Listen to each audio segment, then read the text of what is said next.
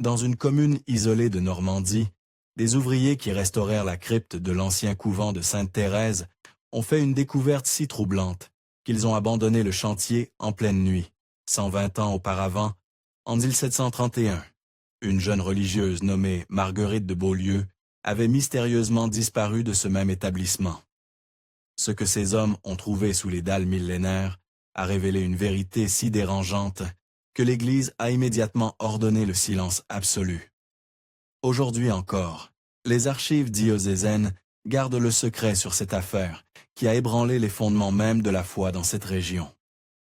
Si vous sentez déjà un frisson vous parcourir les chines, abonnez-vous à notre chaîne et dites-nous dans les commentaires de quelle ville vous nous écoutez en ce moment. Votre présence nous accompagne dans cette plongée vers l'une des histoires les plus sombres de l'histoire religieuse française. L'année 1731 marque un tournant dans l'histoire de la France. Louis XV règne depuis 16 ans, et le royaume traverse une période de prospérité relative après les guerres dévastatrices du siècle précédent. Dans cette France du XVIIIe siècle naissant, l'Église catholique demeure une institution puissante, propriétaire d'immenses domaines et gardienne d'une influence spirituelle sans pareille sur les populations rurales. C'est dans ce contexte que se dresse le couvent de Sainte-Thérèse, niché dans les collines verdoyantes qui surplombent la vallée de la Seule, à quelques lieues de Bayeux. Cette abbaye, bénédictine, fondée en 1247 par dame Isabelle de Crépon, veuve d'un baron local, mort en croisade, accueille depuis près de 5 siècles une communauté de religieuses, issues principalement de la noblesse normande et de la riche bourgeoisie parisienne. L'architecture du couvent évoigne de cette longue histoire. Les bâtiments s'organisent autour d'un cloître central aux colonnes de calcaire blanc, où résonnent perpétuellement le murmure des fontaines et le bruissement des feuilles de tilleuls séculaires. La chapelle, joyeux de l'art gothique normand, élève ses voûtes vers le ciel, à travers des vitraux qui transforment la lumière en kaléidoscope de couleurs sacrées. Mais c'est la crypte vestige de l'édifice roman primitif qui constitue le cœur spirituel de l'établissement. Cette crypte, taillée dans le roc calcaire, abrite les tombeaux des fondatrices et des bienfaitrices du couvent. L'air y est perpétuellement frais, chargé de l'odeur âcre de la pierre humide et des cierges qui brûlent jour et nuit devant les sépultures. Les religieuses s'y rendent quotidiennement pour leur dévotion personnelle, dans un silence que ne trouble que l'écho de leurs pas sur les dalles usées par 5 siècles de prières. En cette fin d'année 1731, 42 religieuses vivent entre ces murs sous l'autorité de Mère Agnès de Montclerc, une femme de 58 ans qui dirige la communauté depuis 15 années. Femme de caractère, issue d'une famille de parlementaires rouennais, elle a su maintenir la discipline, tout en préservant la réputation d'excellence spirituelle et intellectuelle de son établissement. Les journées au couvent s'écoulent selon un rythme immuable, scandé par les 7 offices quotidiens. Matine, à 4 heures du matin, l'aube au lever du soleil.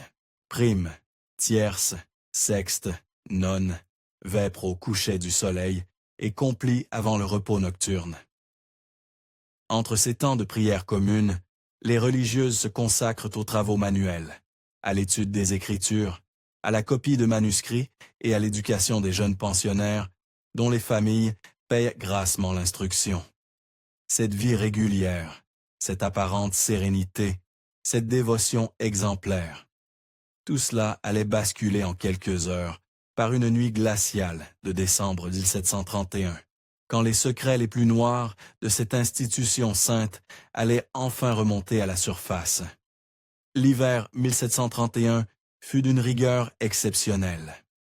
Dès le mois de novembre, des genêts précoces avaient saisi la Normandie, figuant les rivières et recouvrant les prairies d'un linceul de givre qui ne fondait plus même aux heures les plus chaudes du jour. Dans le couvent de Sainte-Thérèse, les religieuses avaient organisé leur vie autour de cette bataille constante contre le froid.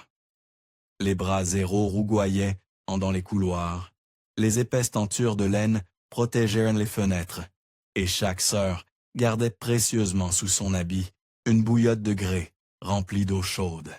C'est dans cette atmosphère de froid mordant que vivait sœur Marguerite de Beaulieu, une jeune femme de 23 ans qui avait prononcé ses vœux définitifs 3 ans auparavant.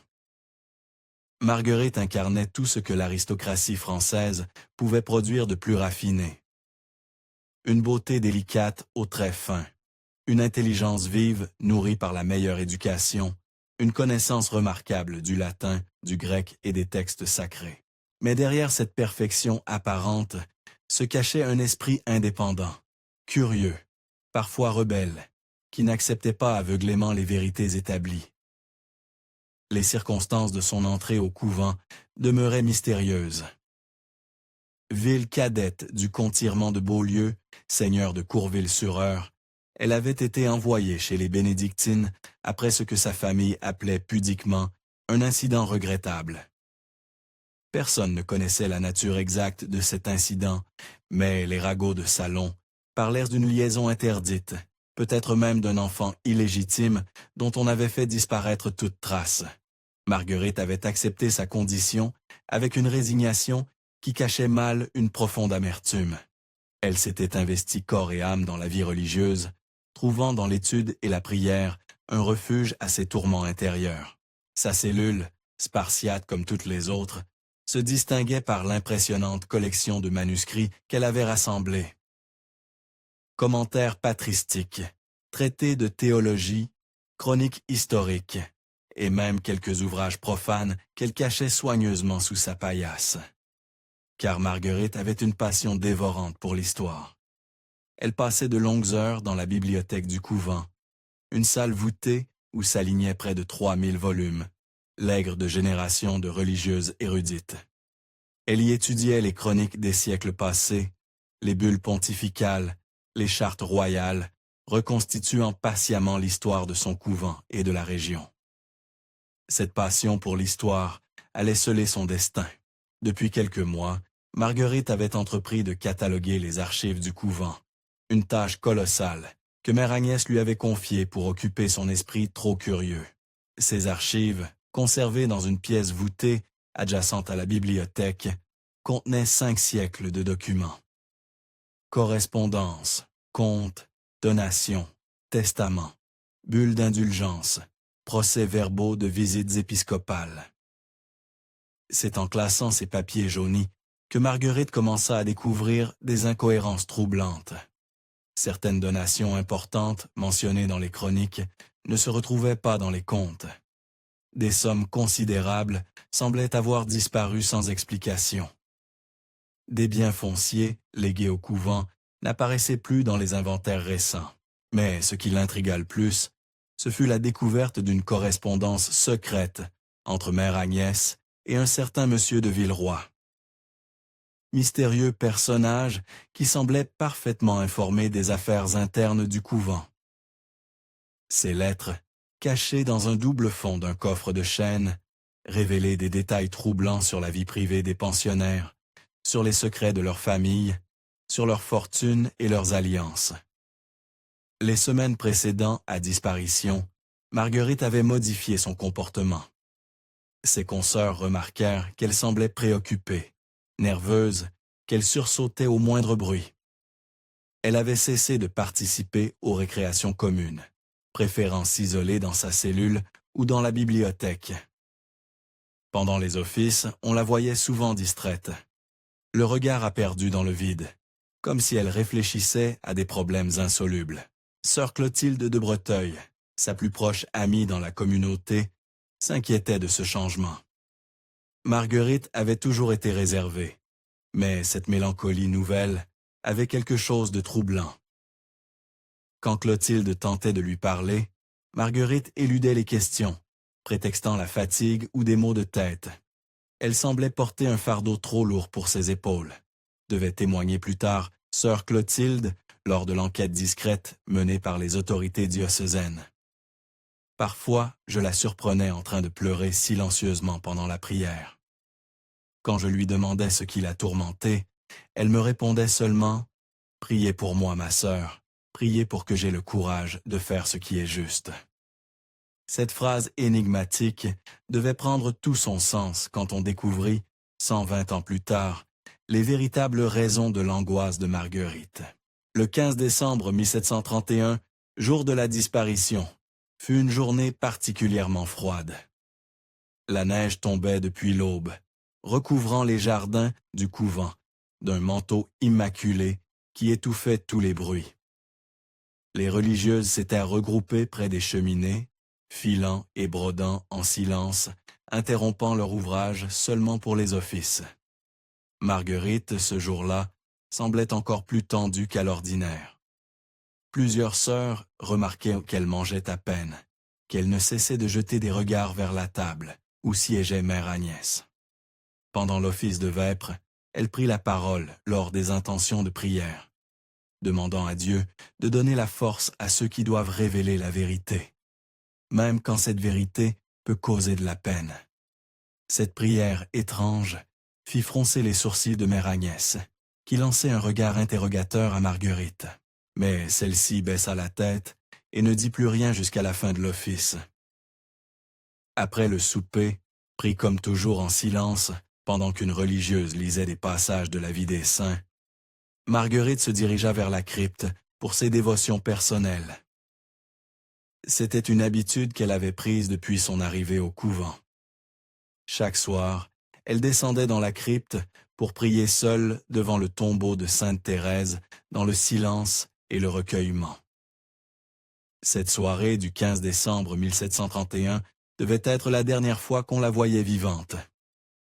Quand les cloches sonnent accomplies, le dernier office de la journée, Marguerite n'était pas revenue de la crypte. Sœur Clotilde, inquiète, descendit la chercher. Elle trouva la crypte vide, éclairée seulement par les cierges qui brûlaient devant les tombeaux. Le prie-Dieu, où Marguerite avait l'habitude de s'agenouiller, était vide. Son livre de prière personnelle, un petit volume relié de cuir rouge qu'elle ne quittait jamais, était posé ouvert sur la dalle, à la page du psaume 51. « Ayez pitié de moi, ô Dieu, selon votre grande miséricorde. » L'alerte fut donnée immédiatement. Mère Agnès organisa des recherches dans tout le couvent. On fouillait à chaque recoin, chaque cellule, chaque corridor, les domestiques explorèrent, les caves, les greniers, les dépendances. Rien. Marguerite avait disparu, comme si la terre l'avait engloutie. L'enquête menée par les autorités diocésaines fut minutieuse. Monseigneur Charles-François de Mornay, évêque de Bayeux, dépêcha sur place son vicaire général. L'abbé Julien de Bréauté, homme d'expérience rompu aux affaires délicates. Chaque religieuse fut interrogée individuellement, sous le sceau du secret de la confession.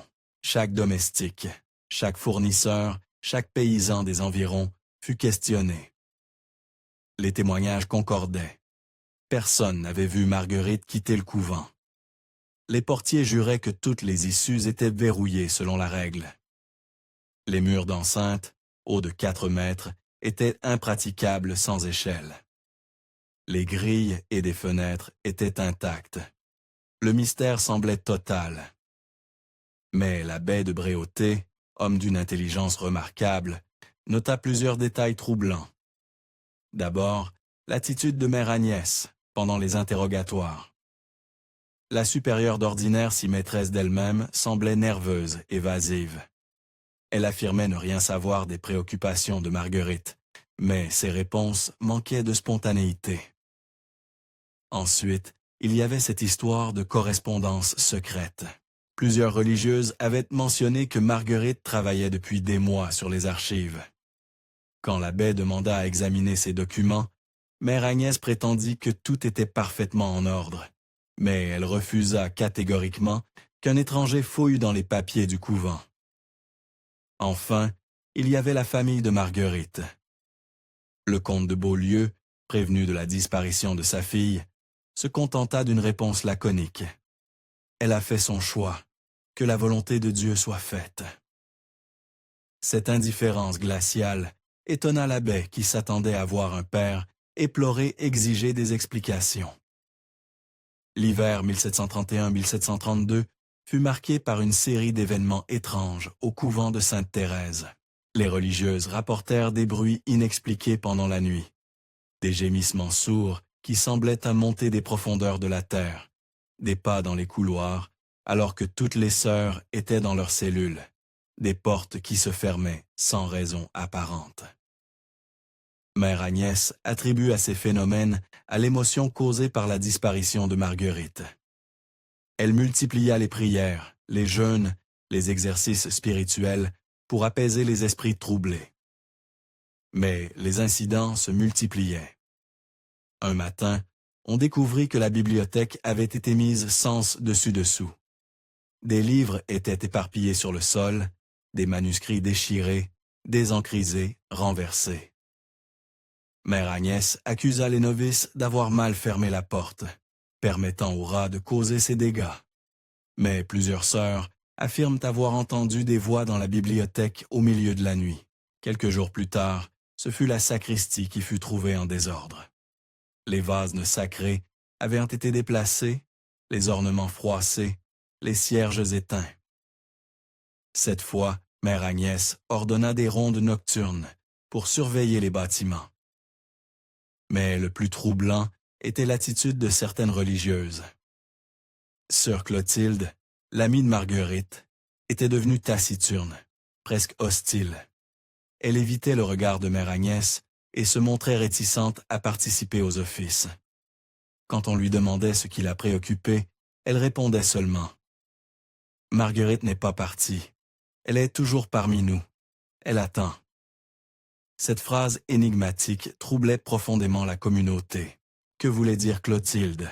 Avait-elle des informations sur la disparition de son amie? Ou son esprit avait-il basculé dans la folie mystique? Au printemps 1732, les incidents cessèrent aussi brutalement qu'ils avaient commencé. Le couvent retrouva sa sérénité apparente. On ne parla plus de Marguerite que pour prier pour le repos de son âme. Officiellement, elle était partie rejoindre un ordre contemplatif dans une région éloignée. Cette version, encouragée par la hiérarchie, finit par être acceptée par tous. Seule sœur Clotilde refusait d'oublier. Jusqu'à sa mort, en 1769, elle continua à affirmer que Marguerite était toujours au couvent, quelque part dans les profondeurs de la terre, attendant que justice soit rendue. Si cette histoire vous glace déjà le sang, imaginez ce qu'ont ressenti les ouvriers qui, 120 ans plus tard, allaient découvrir que Clotilde avait peut-être raison. L'année 1789 marqua un tournant dans l'histoire de France. La Révolution balaya l'ancien ordre et l'Église catholique fut l'une de ses premières victimes. Le 2 novembre 1799, l'Assemblée nationale vota la nationalisation des biens du clergé. Les couvents et monastères furent fermés, leurs occupants dispersés ou emprisonnés. Le couvent de Sainte-Thérèse ne fut pas épargné. En février 1790, un détachement de gardes nationaux va signifier aux religieuses l'ordre d'évacuation. Mère Agnès de Montclerc était morte depuis 45 ans, emportant ses secrets dans la tombe. Sa successeur, Mère Françoise de Bonneval, tenta vainement de négocier un délai. Les religieuses furent dispersées aux 80. Certaines trouvèrent refuge dans des familles sympathisantes. D'autres émigrèrent en Angleterre ou dans les États allemands.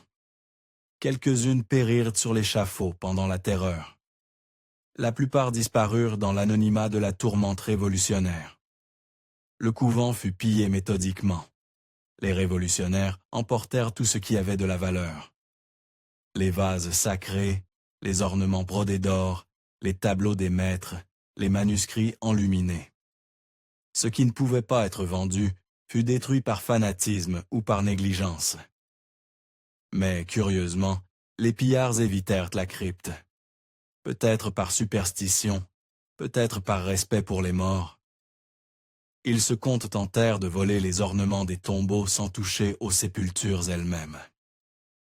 Les dalles de pierre, trop lourdes pour être facilement déplacées, restèrent en place. Pendant 60 ans, de 1790 à 1850, le couvent de Sainte-Thérèse resta abandonné. Les toitures s'effondraient. les murs se lézardèrent. La végétation envahit les cours. Seule la crypte, protégée par ses voûtes massives et sa position souterraine, résista relativement bien aux outrages du temps. Les paysans de la région évitaient de s'approcher des ruines. Ils racontaient que des lumières étranges dansaient parfois entre les pierres écroulées, que des chants grégoriens s'élevaient des décombres les nuits de pleine lune. Ces superstitions, colportées de génération en génération, maintenaient vivace le souvenir des mystères qui avaient hanté ce lieu. En 1851, sous le Second Empire, l'Église catholique française connut un renouveau spectaculaire. Napoléon III, soucieux de se concilier les bonnes grâces du clergé, encourage à la restauration des monuments religieux. L'évêque de Bayeux, Monseigneur Flavien Hugonin, homme d'action et de culture, décida de restaurer l'ancien couvent de Sainte-Thérèse pour en faire un pensionnat pour jeunes filles de la bourgeoisie. Le projet était ambitieux. Il s'agissait de reconstruire entièrement les bâtiments conventuels, de restaurer la chapelle, de réaménager les jardins. Pour mener à bien cette entreprise, l'évêque fit appel à Eugène Viollet-le-Duc, l'architecte le plus réputé de l'époque en matière de restauration des monuments gothiques. Viollet-le-Duc, passionné par l'archéologie médiévale, accepta le projet avec enthousiasme. Il voyait dans ce couvent normand un exemple remarquable de l'art gothique français, digne d'être sauvé de la ruine. Les travaux commencent au printemps 1851, dirigés par l'entrepreneur Auguste Dubois, un homme d'expérience qui avait déjà participé à la restauration de plusieurs monuments historiques. Les ouvriers qui se mirent au travail étaient pour la plupart des artisans locaux. Maçons, charpentiers, couvreurs, verriers. Ils connaissaient les légendes qui entouraient le couvent abandonné, mais leur pragmatisme normand les rendait peu sensibles aux superstitions. Ils avaient un travail à faire, et ils le feraient, consciencieusement. Les premiers mois se déroulèrent, sans incident notable. On déblayait les décombres, on consolida les murs, on refait les toitures. La chapelle, miraculeusement préservée, retrouva peu à peu sa splendeur d'antan. Les jardins furent redessinés selon les plans de l'époque classique. Mais quand vint le moment de s'attaquer à la crypte, les choses se compliquèrent. C'est en juin 1851 que les ouvriers pénétrèrent dans la crypte pour la première fois depuis 60 ans. L'endroit était dans un état de conservation remarquable. Les voûtes romanes, taillées dans le calcaire dur, avaient résisté au temps. Les tombeaux des fondatrices, bien qu'un peu endommagés par les pires révolutionnaires, étaient encore en place. Mais ce qui frappa immédiatement les ouvriers, ce fut l'atmosphère particulière de ce lieu. L'air était lourd, oppressant, chargé d'une humidité glacée qui semblait pénétrer jusqu'aux os. Les flammes des torches vacillaient étrangement, comme si des courants d'air invisibles les agitaient. Et puis, il y avait ce silence, un silence si dense qu'il semblait presque tangible. Jean-Baptiste Leclerc, le contremaître chargé de superviser les travaux dans la crypte, était un homme solide, peu impressionnable. Fils et petit-fils de maçon, il avait l'habitude des chantiers difficiles. Mais dès qu'il pénétra dans la crypte, il ressentit un malaise inexplicable. C'était comme si quelqu'un nous observait. Devait-il confier plus tard à sa femme? J'avais sans cesse l'impression qu'une présence invisible rôdait autour de nous. Les travaux dans la crypte consistaient principalement à nettoyer les dalles, à consolider les voûtes et à installer un système de drainage pour évacuer l'humidité. C'était un travail minutieux qui exigeait de déplacer certaines pierres tombales pour accéder aux fondations. C'est en soulevant une dalle particulièrement massive, située juste devant l'autel de Sainte-Thérèse, que les ouvriers firent leur première découverte troublante. Sous la pierre, ils trouvèrent une cavité qu'aucun plan ne mentionnait. Cette cache, taillée dans le roc, contenait plusieurs objets étranges, des fragments de parchemin noircis, des débris de tissus et surtout, chose inexplicable, des traces de griffures sur les parois de pierre. Ces griffures étaient profondes, comme si quelqu'un avait gratté la pierre avec une force désespérée. Elles formaient des motifs chaotiques, presque frénétiques, qui évoquaient une souffrance indicible. Au centre de la cavité, les ouvriers découvrirent également des taches brunes qui ressemblaient à du sang séché. Leclerc, troublé par cette découverte, fit appel à son patron, Auguste Dubois. Celui-ci examina attentivement la cavité et les objets qu'elle contenait. En homme d'expérience, il comprit immédiatement qu'il se trouvait face à quelque chose d'exceptionnel, peut-être même de dangereux. « Nous n'allons pas plus loin, sans en référer à Monseigneur, » déclara Dubois. « Cette découverte dépasse notre compétence. » Mais les ouvriers, piqués par la curiosité, continuèrent leurs investigations.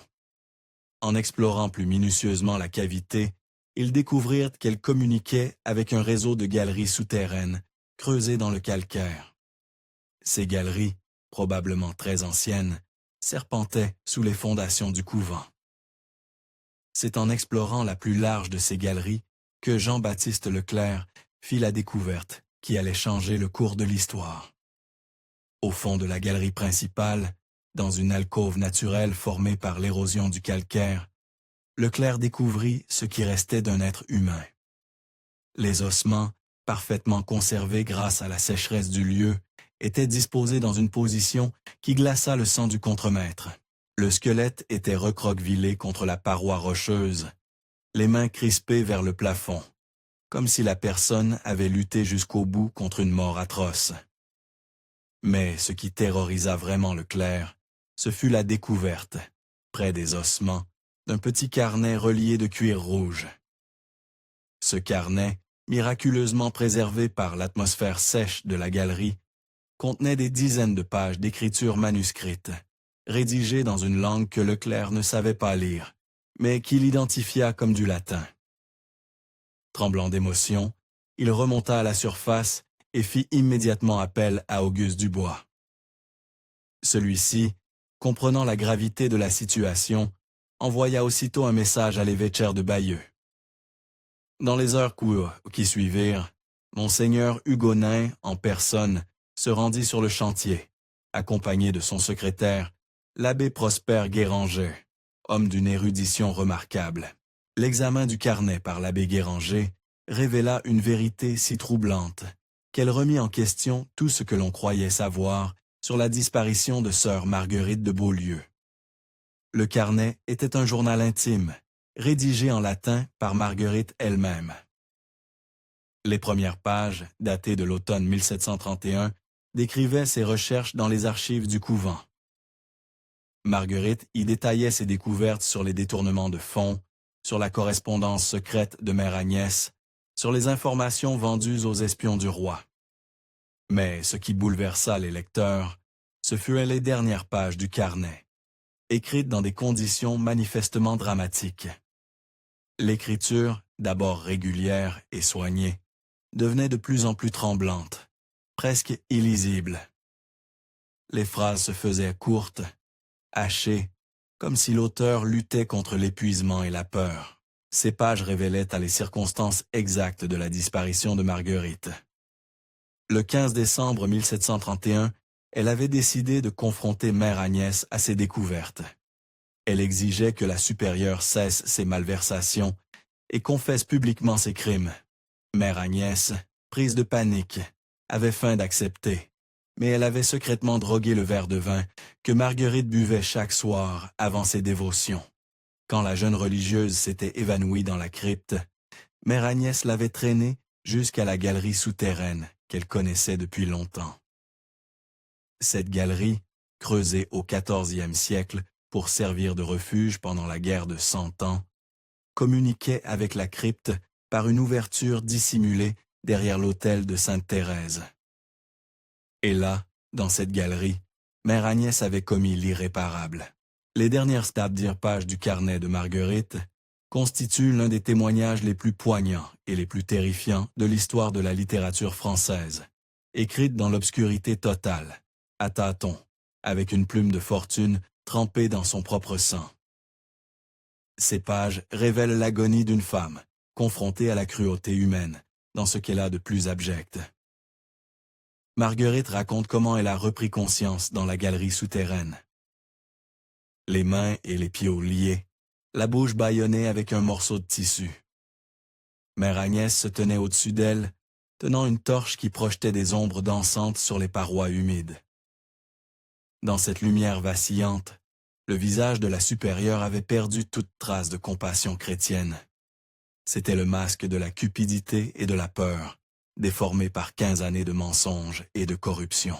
Vous auriez dû vous contenter de prier et de vous taire, avait dit Mère Agnès d'une voix glaciale. Vous auriez pu vivre heureuse dans l'ignorance. Mais vous avez voulu fouiller, découvrir, juger.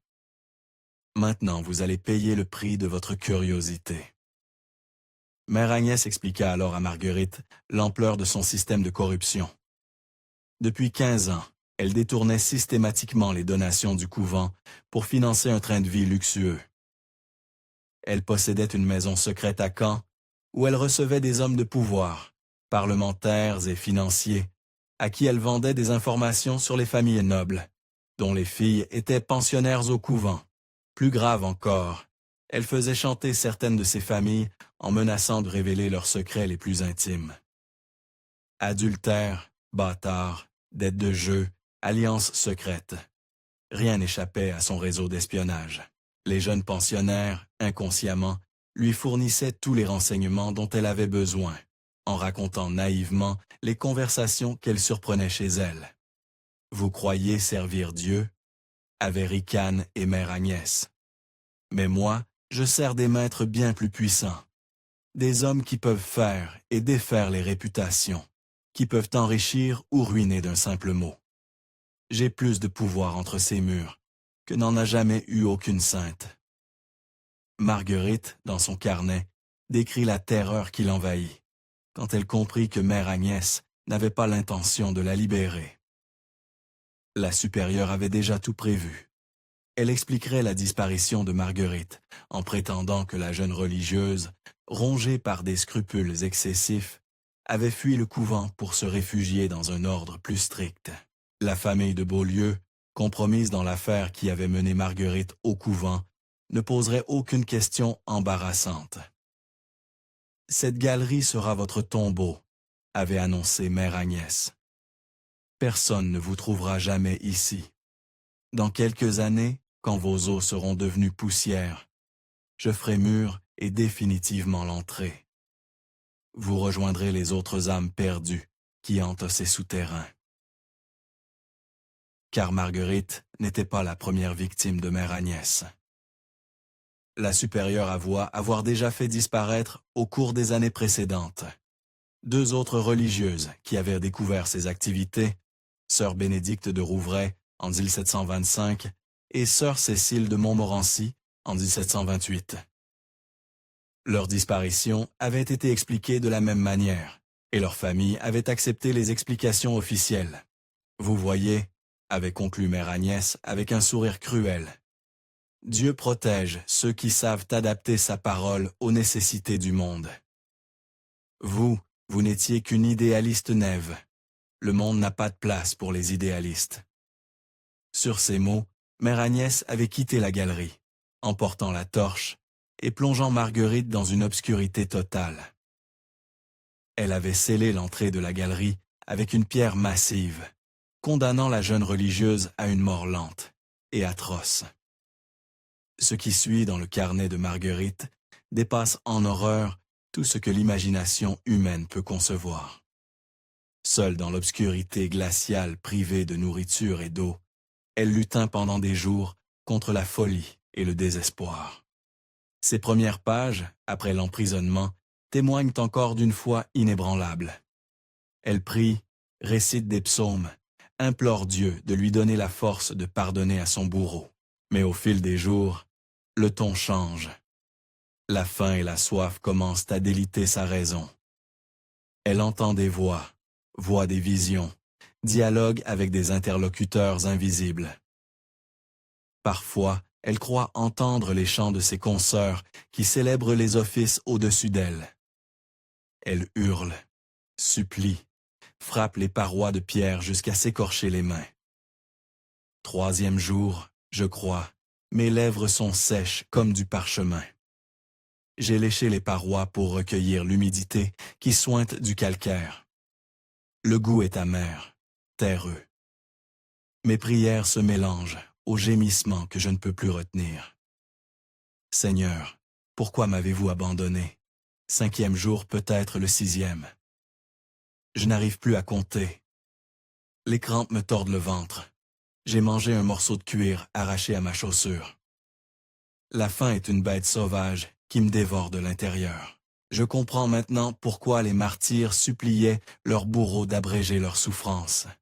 Je ne sais plus quel jour nous sommes. Le temps n'existe plus dans cette obscurité. J'ai trouvé une pierre pointue. J'ai gravé mes accusations sur la paroi pour que la vérité survive à ma chair. Si quelqu'un trouve un jour ces mots, qu'il sache que Mère Agnès de Montclair est une meurtrière, qu'il sache que la justice de Dieu finira par triompher. Les dernières pages du carnet sont presque illisibles. L'écriture devient tremblante, incohérente. Marguerite Délire s'adresse à sa mère morte, confesse des péchés imaginaires, récite des fragments de latin entremêlés de supplications pathétiques. J'entendais pas. Quelqu'un vient? Non, c'est encore une hallucination. Mes ongles sont usés jusqu'à la chair. J'ai gratté la pierre jusqu'au sang. Mes doigts ne sont plus que plaies et os. Seigneur, reprenez mon âme. Je n'en peux plus. La soif est pire que tout. Ma langue a gonflé dans ma bouche. Je n'arrive plus à déglutir. Parfois, je sens le goût du sang. Je crois que je me mords la langue sans m'en rendre compte. Pardonnez-moi, mon Dieu. Pardonnez-moi d'avoir voulu faire le bien. La dernière phrase du carnet, tracée d'une main défaillante, résume tout le désespoir de cette femme exceptionnelle, confrontée à l'échec de ses idéaux. Mater miséricorde diae, ora pro nobis peccatoribus nunc, et in hora mortis nostrae. Mère de miséricorde, priez pour nous pécheurs, maintenant et à l'heure de notre mort. Si ces révélations vous glacent d'horreur, dites-nous dans les commentaires ce que vous pensez de la cruauté humaine quand elle se dissimule derrière la religion. Votre engagement nous encourage à continuer à déterrer ces histoires que l'histoire officielle a voulu ensevelir. La lecture du carnet de Marguerite bouleversa profondément Monseigneur Hugonin et l'abbé Guéranger. Ces hommes d'Église, habitués aux bassesses humaines par leur ministère, se trouvaient confrontés à un crime d'une ampleur qui dépassait leur entendement. Comment une femme consacrée à Dieu avait-elle pu commettre de tels actes? Comment l'institution qu'ils servaient avait-elle pu abriter un tel monstre? Mais au-delà de l'émotion, il y avait une question pratique redoutable. Que faire de cette découverte? Révéler publiquement l'affaire risquait de porter un coup terrible à la réputation de l'Église, déjà ébranlée par les bouleversements révolutionnaires. En pleine campagne de restauration du catholicisme français, un tel scandale pourrait compromettre des années d'efforts. Monseigneur Hugonin décida de mener une enquête discrète pour vérifier l'authenticité des accusations portées par Marguerite. Il charge à l'abbé Guéranger de consulter les archives diocésaines pour retrouver la trace des 2 autres religieuses mentionnées dans le carnet, sœur Bénédicte de Rouvray et sœur Cécile de Montmorency. Les recherches de l'abbé Guéranger confirmèrent les affirmations de Marguerite. Les 2 religieuses avaient effectivement disparu dans les circonstances décrites et leur famille avait accepté sans broncher les explications officielles. Plus troublant encore, l'abbé découvrit dans les comptes du couvent des irrégularités flagrantes pendant la période où Mère Agnès dirigeait l'établissement. Des donations importantes n'apparaissaient pas dans les livres de comptes. Des propriétés léguées au couvent avaient été mystérieusement vendus à des prix dérisoires, à des acquéreurs dont les noms revenaient dans la correspondance secrète découverte par Marguerite. Tout concordait. Mère Agnès de Montclair avait effectivement dirigé pendant 15 ans un système de corruption d'une ampleur considérable. Mais il y avait plus grave. En fouillant dans les archives notariales de Caen, l'abbé Guéranger découvrit que Mère Agnès possédait effectivement une maison dans cette ville, achetée sous un faux nom en 1720. Cette maison, située dans un quartier discret, avait été le théâtre de réunions secrètes où se retrouvaient des personnalités influentes de la région. L'abbé Guéranger identifia plusieurs de ces personnalités grâce au registre de l'époque. Il y avait là des parlementaires, des financiers, des courtisans, tous liés d'une manière ou d'une autre aux familles dont les filles étaient le pensionnaire au couvent. Le réseau d'espionnage et de chantage mis en place par Mère Agnès était d'une sophistication remarquable. Ces découvertes posaient un problème moral et politique considérable. Révéler l'affaire signifiait compromettre des familles entières dont certaines occupaient encore des positions importantes sous le Second Empire. Les répercussions politiques pouvaient être considérables. Après 3 mois d'enquête secrète, Monseigneur Hugonin prit une décision qui allait sceller le destin de cette affaire pour plus d'un siècle. Le 15 septembre 1851, il convoqua dans son bureau tous ceux qui avaient eu connaissance de la découverte. Auguste Dubois, Jean-Baptiste Leclerc, l'abbé Guéranger et Violette Leduc. « Messieurs, » déclara l'évêque d'une voix grave, « nous nous trouvons face à un dilemme terrible. La vérité que nous avons découverte est accablante, mais la révéler publiquement causerait plus de mal que de bien. L'Église traverse une période difficile. Elle a besoin de confiance, pas de scandale. » L'évêque expliqua sa décision. Le carnet de Marguerite et les ossements découverts dans la galerie seraient déposés dans les archives secrètes du Vatican, sous le sceau du plus grand secret. L'entrée de la galerie serait murée définitivement. Les travaux de restauration se poursuivraient comme si rien ne s'était passé. « Nous ne pouvons pas ressusciter les morts, » poursuivit Monseigneur Hugonin. « Mais nous pouvons éviter que leur souffrance cause d'autres souffrances. Mère Agnès de Montclair est morte depuis longtemps. La justice de Dieu s'est déjà exercée sur elle. À nous de protéger les vivants. » Cette décision ne se fit pas sans débat. L'abbé Guéranger, homme d'une droiture exemplaire, plaida pour que la vérité soit révélée, ne serait-ce que pour réhabiliter la mémoire de Marguerite. Viollet-le-Duc, en tant que laïc, se sentait moins tenu par les considérations diplomatiques de l'Église. Mais Monseigneur Hugonin tint bon. Il fit signer à tous les témoins un engagement solennel de garder le secret sur leur découverte. Cet engagement était assorti de menaces temporelles et spirituelles, qui dissuadèrent toute velléité de révélation. Auguste Dubois reçut une somme considérable pour prix de son silence et de celui de ses ouvriers. Jean-Baptiste Leclerc fut muté sur un chantier dans une région éloignée, avec une augmentation de salaire qui compensa largement ce déracinement. Viollet-le-Duc, bien que réticent, accepta de se taire en échange de commandes prestigieuses pour d'autres restaurations. Seul l'abbé Guéranger garda une trace écrite de l'affaire. Dans un dossier secret, conservé dans ses archives personnelles, il consigna tous les détails de l'enquête, tous les documents découverts, toutes les preuves de la culpabilité de Mère Agnès. Ce dossier, selon ses instructions, ne devait être ouvert qu'un siècle après sa mort.